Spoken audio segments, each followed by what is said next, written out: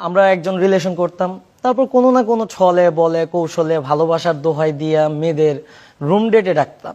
তো প্রথম প্রথম মেয়েরা রাজি হইতো না, কিন্তু এক পর্যায়ে আমার ভালোবাসে বিদায় আমার প্রতি তার একটা বিশ্বাস চাহিদা, আছে।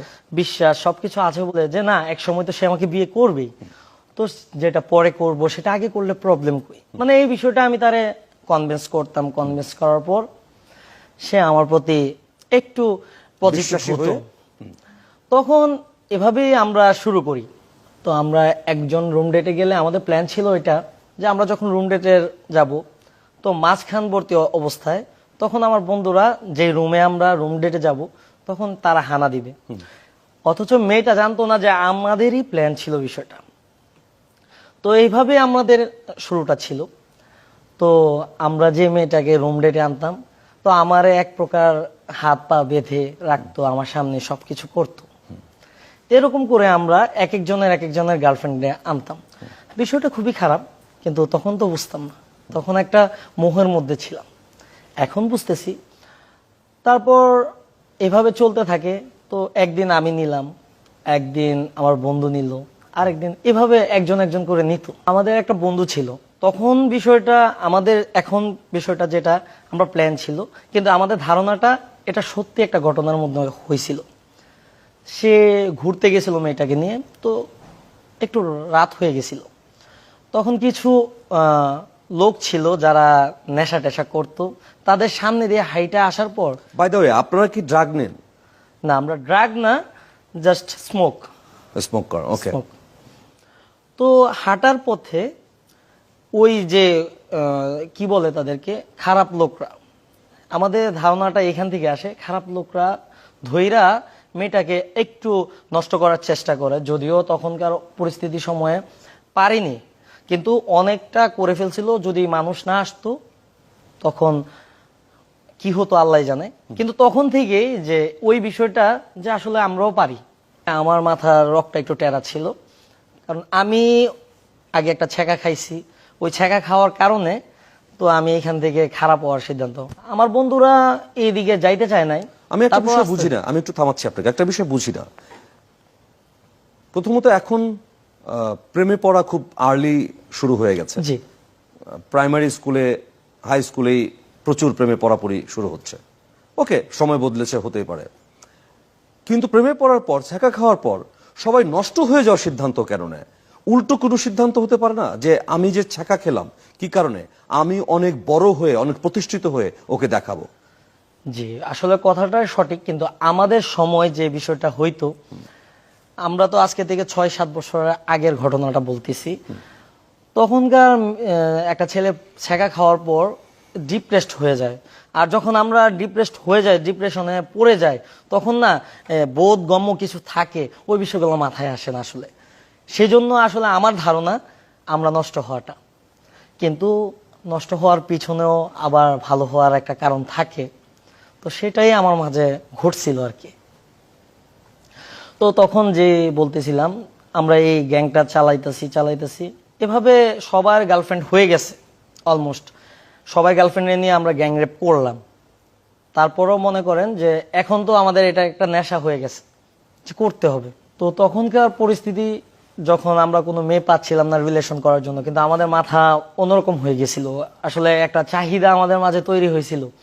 কারণ একটা মানুষ যখন এই চাহিদাটা কখনো যারা রেপ করে বা যারা মেয়েদের সাথে মেলামেশা করে, যখন এই জিনিসটা পায় না, চাহিদাটা পায় না, তখন তাদের এত একটা নেশা হয় না। কিন্তু যারা পেয়ে গেছে অলরেডি, 5-6 জন মেয়ের ছোঁয়া পেয়ে গেছে, তাদের এই জায়গা থেকে থামানোটা খুবই কঠিন। তো সেই পর্যায়ে আমার এক বন্ধুরা আমি ফোর্স করলাম, কি রে ভাই এখনো পারতাছস না, একটা মেয়ের সাথে রিলেশন করতেই তো বলছি, আর তো কিছু না, একটা মেয়ের সাথে রিলেশন করতে এখনকার যুগে কতক্ষণ সময় লাগে। তারে পরামর্শ দিলাম এভাবে এভাবে যাবি, পরে একটা রিলেশন করে।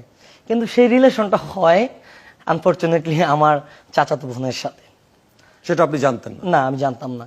আমরা শুধু জাস্ট রুম ডেটের দিন যাইতাম। সে কে কালো ধলা সুন্দর কি, আমাদের সেটা চাহিদা ছিল না। আমাদের জাস্ট চাহিদা ছিল তৃপ্তি নেওয়া, দ্যাটস ইট।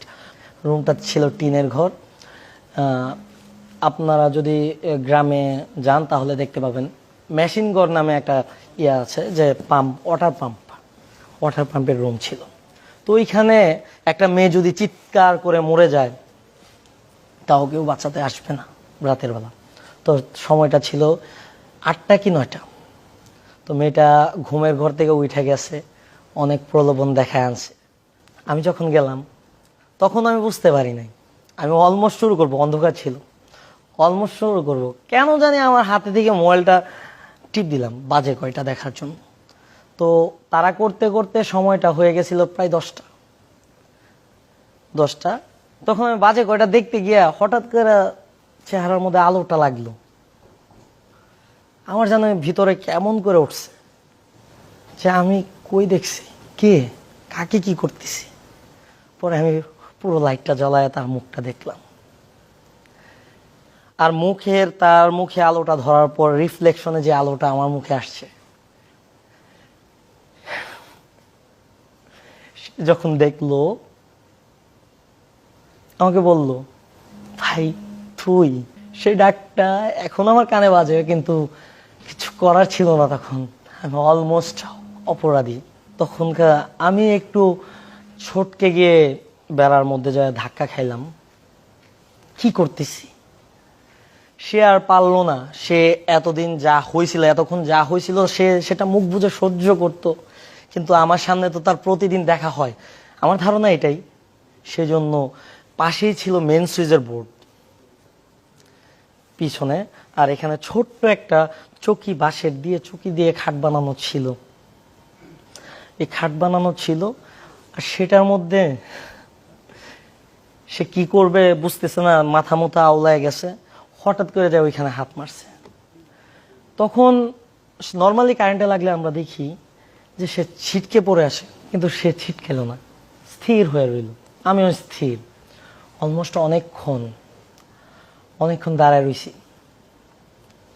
কতক্ষণ পরে দেখি অটোমেটিক সে পড়ে গেল, তার মধ্যে আর কিছু ছিল না।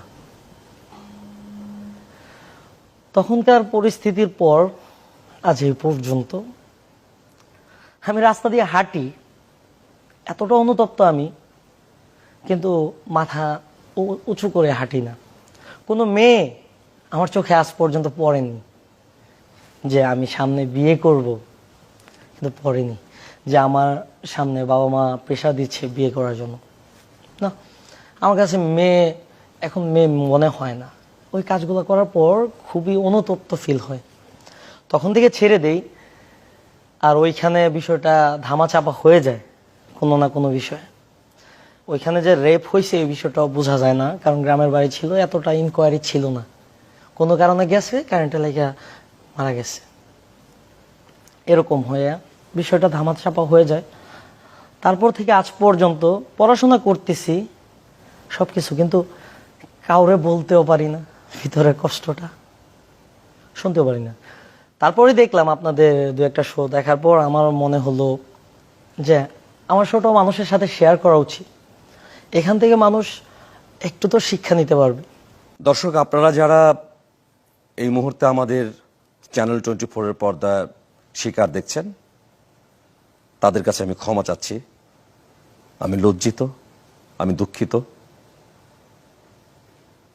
এরকম একটি গল্প, এরকম একটি পর্ব আমাকে করতে হবে, আমি তৈরি ছিলাম না। ঘৃণা প্রকাশ করার ভাষা আমার জানা নেই।